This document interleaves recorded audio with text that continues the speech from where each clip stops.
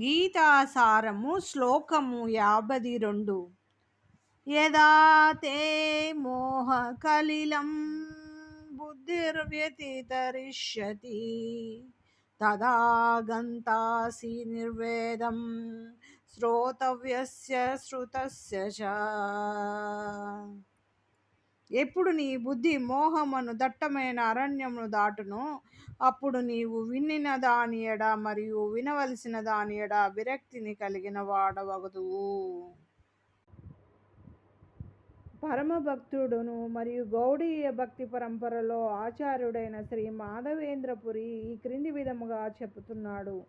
సంధ్యావందన భద్రమస్తు భవతో భోః స్నానతుభ్యం నమో భో దేవాః పితరశ్చ తర్పణ విధౌ నాహం క్షమః